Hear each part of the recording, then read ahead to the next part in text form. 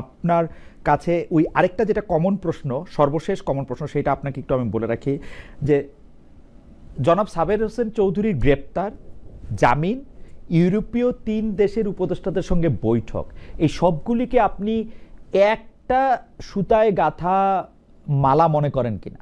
আপনি মনে করেন কিনা যে মাইনাস শেখ হাসিনা কোনো একটা আওয়ামী লীগ গড়ে তোলার তৎপরতা আছে এর মধ্যে, বা এটা আপনি সমর্থনও করবেন কিনা, বা এটা নিয়ে আপনি মন্তব্য করবেন কিনা? একটা মন্তব্য তো আছে। আমরা লক্ষ্য করেছি ওনার বাসায় গেছেন এবং কোনোভাবে যাতে খবরটি বাইরে না যায় সেটার একটা চেষ্টা ছিল, অর্থাৎ মিটিংটি গোপনীয় সে ব্যাপারে কোনো সন্দেহ নাই। এবং এরপরে কিন্তু আমরা অনেক হাঁক ডাক শুনেছি, কিন্তু সরকার কোনো রকম কোনো মন্তব্য করেনি বা সরকারের তরফ থেকে আমরা কোনো কথাও শুনতে পাইনি। সো অ্যাপারেন্টলি আমরা ধরে নেই যে একজন সাবেক সংসদ সদস্য এবং সাবেক মন্ত্রীর বাসায় 3 জন কূটনীতিক গিয়েছিলেন এবং তাদের সৌজন্য সাক্ষাৎই আমি ধরে নিচ্ছি, এবং তাদের মধ্যে ডেফিনেটলি পলিটিক্যাল আলাপ আলোচনা হয়েছে। সাবের হোসেন চৌধুরীর ব্যাপারে একটি কথা না বললেই না, উনি আওয়ামী লীগের খুব সজ্জন পলিটিশিয়ানদের একজন হিসেবেই ওনাকে মানুষ জানে, পারসেপশনটা সেরকম। তো 111 এর সময় অনেকে বলেন যে তার একটা -2 ফর্মুলা যেটা ছিল সেটার সাথে তার এক ধরনের যোগাযোগ হয়তো বা ছিল, এটা আমি জানি না, আমি আওয়ামী লীগের কথা বলতে পারবো না, বাট এটা মাঠের একটা পারসেপশন, পলিটিক্যাল ফিল্ডের একটা পারসেপশন যে উনি 111 এ -2 এর সঙ্গে যুক্ত।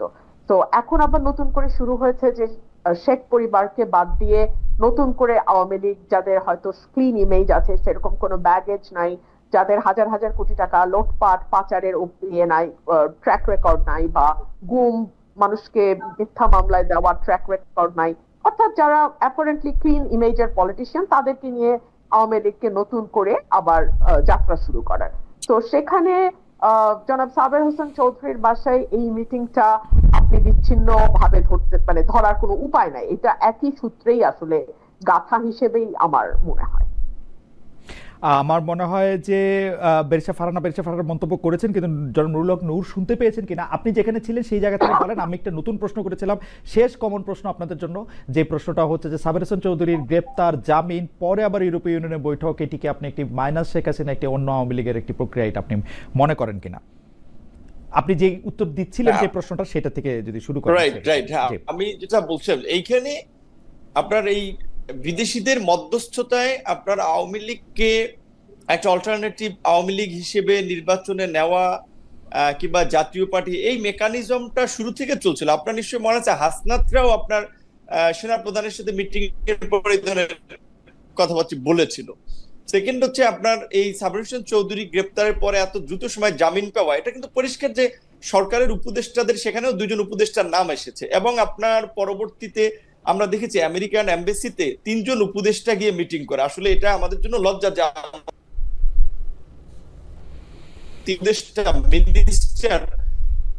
আপনার আমেরিকান এমবাসি থেকে মিটিং করলে ঠিক ছিল। তো এখন সরকারের মধ্যে এই কারণে হয়তো যেটা বলেছেন যে আমরা যেটা ইউএন মিটিং এও দেখলাম, 3টা পার্টি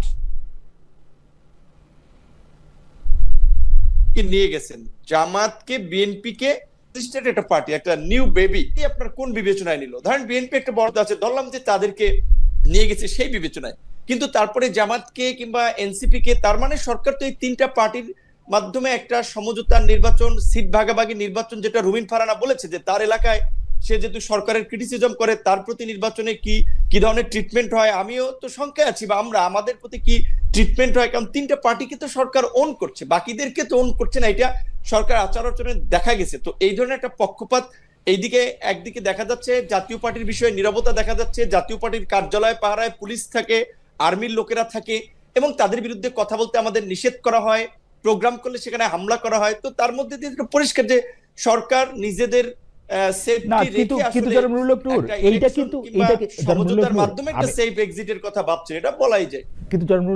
আমি কিন্তু এই প্রশ্নটা আপনাকে একটু পরে করতে চাইছিলাম, কিন্তু এখনই একটু করতে বাধ্য হতেছি, যে সেটা হলো যে আপনার উপরে কারা আঘাত করছে, কারা মারছে, ভিডিওতে এই ছবিটা কিন্তু স্পষ্ট। সেখানে আপনারা কিন্তু মামলার উদ্যোগ নিয়েছেন জাতীয় পার্টির এগেনস্টে, জাতীয় পার্টির নেতাদের বিরুদ্ধে, এবং জাতীয় পার্টির এগেনস্টে মামলা করার ক্ষেত্রে বা জাতীয় পার্টির অফিস গিয়ে আপনারা ভাঙতে গেছেন, যেটা আমরা নুরুল হক নূরের আগে কখনো দেখি নাই, বা অভিমুখে আপনি যাত্রা করতে গেছেন। এটা একটা এক্সিকিউটিভ সিদ্ধান্ত হবে। আপনি যদি মনে করেন সেই এক্সিকিউটিভ সিদ্ধান্ত এক্সিকিউটিভ কর্তৃপক্ষের করতে হবে, আপনারা তাদের দিকে যাবেন। আপনারা জাতীয় পার্টির দিকে গেলেন কেন? মানে এবং জাতীয় পার্টিকে মানে মানে এইটা এইটা এইটা এইটা এইটা কি এই কাহিনীটা কি খুব সরল নাকি? নুরুল হক নূর, আপনি জানেন যে আপনাকে আমি অনেকদিন চিনি, আমি কিন্তু আমার এই প্রশ্নটা করতেই দিছে, আপনি কি কারণে দিয়ে সেট আপ হইলেন যে? এটাই আমি বলতেছি খালেদ ভাই, এইখানে প্রথমত মিডিয়ায় হয়তো বিষয়টা সঠিকভাবে তুলে ধরতে পারে না। দেখেন, আমরা ওই দিন প্রথম একটা মিছিল করে আমাদের মিছিল সমাপ্ত করেছি। তারপরে যখন জাতীয় পার্টির মহাসচিব এবং চেয়ারম্যান তারা যখন সংবাদ সম্মেলন করে আমাদের বিরুদ্ধে কতগুলো মিথ্যা এলিগেশন দিলেন যে তারা জাতীয় পার্টির কার্যালয় দখল করতে আসছে, প্রস্তুতি নিয়েছে। আসলে আমাদের প্রথম মিছিল তো পিসফুলি শেষ করেছে, আমাদের এই ধরনের কোনো ইন্টেনশন ছিল না। তাহলে তো এই গণঅভ্যুত্থানের 1 বছর পরে কেন আমরা দখল করতে যাবো? এটা তো শুরুর দিকেও করতে পারতাম যদি আমাদের ওই ধরনের ইন্টেনশন থাকতো। দ্বিতীয়ত, এই 1 বছরে আমাদের গণ অধিকার পরিষদের কোন নেতা কর্মীর বিরুদ্ধে এই ধরনের কোনো মব তৈরি করা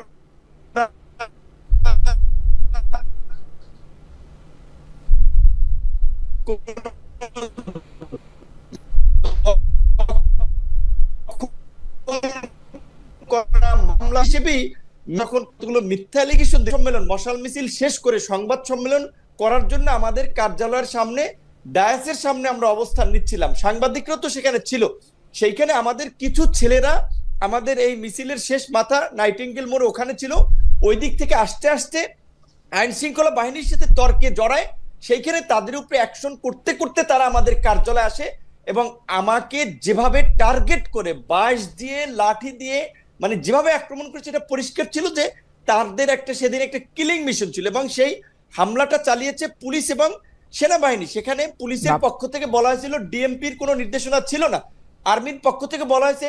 আমরা অবাক হয়েছি এবং আমরা যতটুকু জানতে পেরেছি এখানে এই জাতীয় পার্টিকে যারা পৃষ্ঠপোষকতা করছে, আর্মির মধ্যে একটা অংশ যারা আওয়ামী লীগকে কামব্যাক করাতে চায়, তারাই এই ঘটনাটি ঘটিয়েছে। আমি মামলা করি নাই, এখানে আমাদের একজন ছাত্র নেতা জাতীয় পার্টির বিরুদ্ধে মামলা করেছে। আমি আইনজীবী মানবাধিকার সংগঠনের অনেকের সাথে কথা বলেছি, তারা বলেছে যেহেতু একটা বিচার বিভাগীয় তদন্ত কমিশন হয়েছে, আগে দেখেন সেই কমিশনটা কি রিপোর্ট দেয়, তারপরে আপনি মামলা করেন। তো আমি ইতিমধ্যেই আইনজীবী সহ মানবাধিকার সংগঠনের কর্মীদের সাথে কথা বলেছি যে প্রয়োজনে প্রতিষ্ঠান হিসেবে যদি আর্মির বিরুদ্ধে মামলা করা লাগে, কারণ এটা তো হোল আর্মি ইনভলভ না, আর্মির কমান্ডিং অফিসার যারা সেদিন ছিল তারা ইনভলভ, তাদের শাস্তি নিশ্চিত করার জন্য যদি আন্তর্জাতিক অপরাধ আদালতে হেগেও যাওয়া লাগে আমরা সেটা হেগে যাব। যেমন গুম খুনের বিচারের দাবিতে আমরা যেমন আয়নাগরের বিরুদ্ধে সোচ্চার ছিলাম, এই ঘটনায় যারা জড়িত ছিল তাদের বিচারের দাবিতে আমরা সোচ্চার আছি এবং থাকবো। জাতীয় পার্টির সাথে ওই দিন আমাদের কোনো সংঘর্ষ হয় না, এটুকু আমি আপনাকে বলে রাখি, এবং কোনো ক্ল্যাশও হয় নাই দুই পক্ষের ওইভাবে। সেখানে একটা মিথ্যা এবং একটা অস্পষ্ট বার্তা মিডিয়ার মাধ্যমে এইখানে ওই আর্মির মধ্যে ওই অংশটা যেই যারা আগে মিডিয়া কন্ট্রোল করতো, ডিজিএফ এর যে সমস্ত সেল টেল গুম খুন করেছে, তারাই ওই দিনের এই নিউজটাকে হাইড করার চেষ্টা করছে এবং সরকারের এই বিচার বিভাগীয় তদন্ত কমিশন ঠেকানোর জন্য তারা বিভিন্ন উপদেষ্টারকে ব্যবহার করার চেষ্টা করছে। সুতরাং এইটা আরো পরিষ্কার হবে তদন্ত কমিটির রিপোর্টের পরে। তদন্ত কমিটির রিপোর্টের পরে তাহলে আপনি এই বিষয়টাতেও আপনি একটু মন্তব্য করেন যে জনাব সাবের হোসেন চৌধুরীর গ্রেপ্তার, জামিন, তার বাসায় উপদেষ্টাদের বৈঠক একটি ক্লিন ইমেজের আওয়ামী লীগ গঠন করার বা একটি মাইনাস শেখ হাসিনা আওয়ামী লীগ গঠন করার কোনো প্রক্রিয়া হিসেবে এটা আপনি কি দেখেন কিনা, যেটিকে ব্যারিস্টার রুমিন ফারহানা একটি প্রক্রিয়া হিসেবে দেখছেন বলছেন? না, অবশ্যই। যেখানে আপনার এই মিটিংটাকে ধরেন সরকারের আইনের ভাষায়ও যেহেতু আওয়ামী লীগকে সরকার নিষিদ্ধ করেছে, আমরা একটা ফ্যাসিস্ট শক্তির বিরুদ্ধে আন্দোলন সংগ্রাম করে পরাজিত করেছি, যে প্রধানমন্ত্রী দেশ ছেড়ে পালিয়ে গেছেন, সেই দলের এই গণহত্যা অভিযুক্ত, মানবতা বিরোধী অপরাধে অভিযুক্ত একজন নেতা এবং তিনি গ্রেপ্তার হয়েছিলেন বিদেশিদের মধ্যস্থতায়, তাকে জামিন দেওয়া হয়েছিল। আবার তার বাসায় আপনার এই রাষ্ট্রদূতদের মিটিং এবং সেটা সরকার উপদেষ্টারা বলছে এটা স্বাভাবিক করতেই পারে। তার মানে তো এটা অবশ্যই সরকার উপদেষ্টাদের এখানে একটা ইনভলভমেন্ট আছে এবং আমাদের এটা দুর্ভাগ্য যে আসলে এই জন্যই আমি শুরুর দিকে বলেছিলাম যে এটা একটা অত্যন্ত দুর্বল চিত্তের লোকদের একটা উপদেষ্টা পরিষদ, এবং এটা এই দায় আবার নাহিদদেরকেও নিতে হবে। নাহিদরা যেমন উপদেষ্টাদের সেফ এক্সিটের কথা বলছেন, তারা যারা এই উপদেষ্টা পরিষদ গঠনের সাথে জড়িত ছিলেন তাদেরকে এই দায়টা নিতে হবে যে তারা গণ অভ্যুত্থানের সাথে বেইমানি করে এরকম নিজেদের ভাই বন্ধু আড্ডা সার্কেলের, চা কফির সার্কেলের একটা সিন্ডিকেটকে নিয়ে একটা উপদেষ্টা পরিষদ গঠন করেছে। এবং মাসুদ করিম, ওই মাসুদ কামাল, সাংবাদিক মাসুদ কামালের ভাষায় যে যারা বিপ্লবেরও 12টা বাজাইছে, এটা আসলে পরিষ্কার এই উপদেষ্টা পরিষদের কর্মকাণ্ডে।